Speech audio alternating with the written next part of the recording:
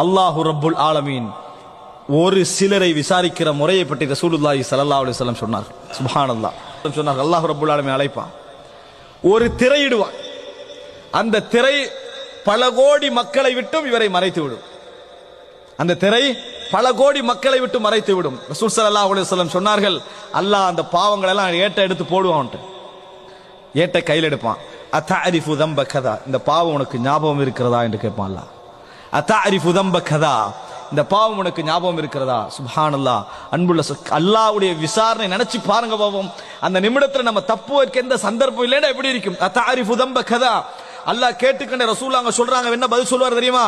ஐநஅம் ரப்பி, ஐநஅம் ரப்பி, இறைவா தெரியும், ஏற்றுக்கொள்றேன். ஹத்தா இதா கர்ரரஹு பிதுனூபிஹி, ஒவ்வொரு பாவமா சொல்லி சொல்லி அவனை ஏற்றுக்கொள்ள வைப்பான்ல.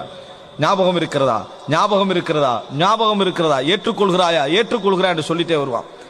அவ எந்த அளவுக்கு அல்லாஹ் அந்த விசாரிப்பான் தெரியுமா? வரஆ ஃபீ நஃப்ஸிஹி அன்னஹு ஹலக், நான் நரகவாதி தான் என்று முடிவு எடுத்துரும். நான் நரகவாதி தான், நான் நரகத்துக்குரியவன் தான் என்கின்ற முடிவுக்கு அவன் என்ன செஞ்சிருவான்? போய்விடுவான்.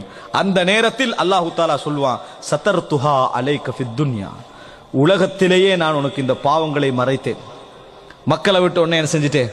மூடிவிட்டேன். வ அன அக்ஃபிருஹா லக்கல் யௌம், இன்றைய தினமும் நான் என்ன செய்கிறேன்? இந்த பாவங்களை உனக்காக நான் மன்னித்து விடுகிறேன், மறைத்து விடுகிறேன். சொர்க்கத்துக்கு போன அல்லாஹ் தஆலா சொல்லி விடுவான்.